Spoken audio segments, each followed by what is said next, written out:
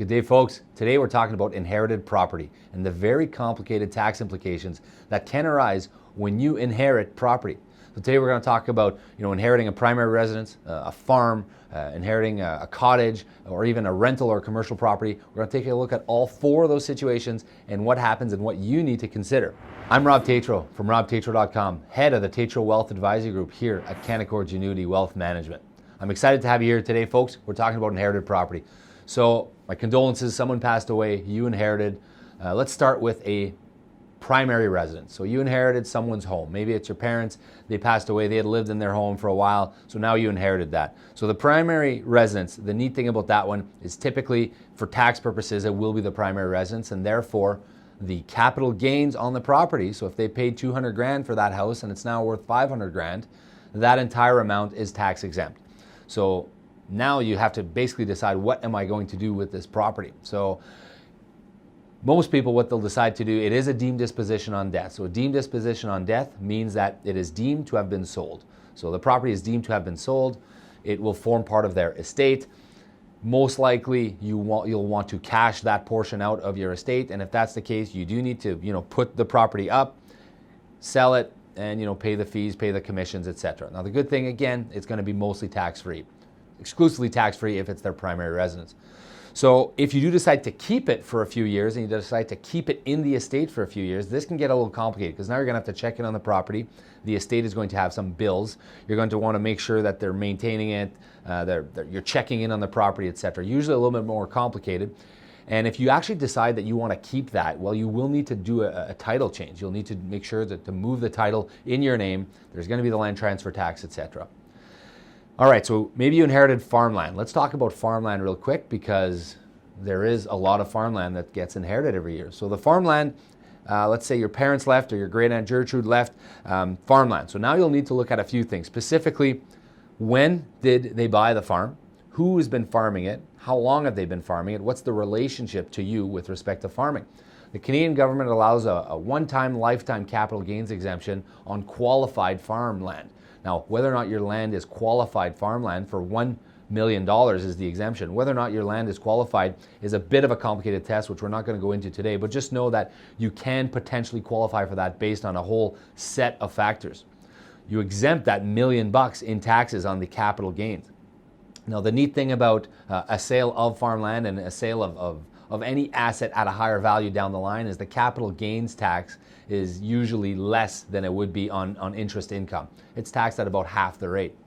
So in this case, you got farmland, you inherited it, it was owned either personally or potentially it was even owned in a corp. So you're gonna have to look at whether or not you're getting the capital gains exemption. If not, this will be a deemed disposition. You're gonna have to pay the tax on the difference of the value that they paid for the farmland versus what it's worth today. If it did qualify for capital gains exemption or a portion of it, great news, you're exempting for that portion. With respect to the capital gains exemption, make sure you know that even though Aunt Gertrude maybe got her capital gains exemption in the 80s or 90s or early 2000 when she sold her last piece of property of farmland, there may be a top-up now that exists because the government has moved the number over time from 500 grand to 750 to now to $1 million. So there is a potential new pool of money there that can be used to protect some of those capital gains. So farmland's a bit complicated, but just consider those factors. Make sure to talk to your tax expert on that. Let's move on to a cottage. All right, so you inherited a cottage.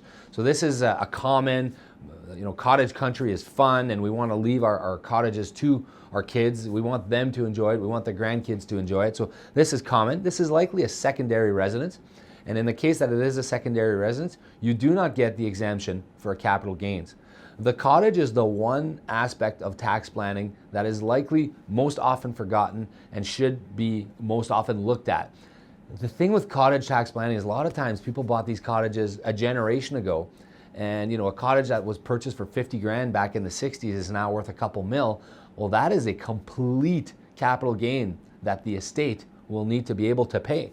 And in a situation where mom and dad didn't have tax planning in place and didn't have insurance in place, that becomes a significant tax bill that needs to be paid by the estate. So if there's no insurance, then you and your siblings have a couple choices. You could either buy out a potential half and pay the tax bill through a mortgage. You could do that through a bank.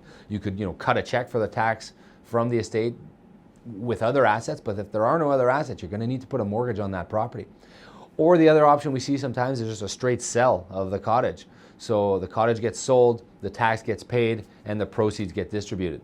So very important when you're thinking about tax planning for your cottage, when you're thinking about inheriting a cottage, to do that while mom and dad are alive. It's important to factor that in while you're living, because the tax planning on that can save a whole bunch of headaches for the executors and for the kids down the line. Finally, let's take a look at a rental or a commercial property. So the rental or commercial property is either going to be owned personally or it's going to be owned in a corp. So maybe mom and dad left you, a commercial real estate mall at a nice juicy intersection that generates nice cash flow and is owned in a corp. So if it's owned in the corp, that means they left you shares of that corp. So whatever shares that you owned are now deemed to have been disposed, and they now need to pay tax on them. You need to pay tax on them. So it's important to factor that in, like the tax bill for those shares. If they were owned personally, well, then we're going back to the cottage situation. It becomes an asset that has appreciated, that now you must owe some capital gains tax on it. It's appreciated value. The estate will need to pay that tax. Now, it's also important to factor in that whenever you are inheriting a rental property or a commercial property, the thing with the tax advantage with a commercial property or rental property is you can depreciate the value of the property as an owner. So that means that over time, your ACB, your average cost base, gets reduced and it gets diminished over time. And that simply means that you are deferring a tax bill to either yourself down the line, your estate down the line, or the next generation that will own that property. The only reason I mention that is if that is currently happening, mom and dad have a property that's been depreciated over time, now has an ACB of 0, and mom and dad pass, you're going to have a significant tax bill on your hand, and you definitely need to factor in the tax planning ahead of time for that as well. So there you go, folks. We took a look at primary home, farmland, cottage, and commercial properties.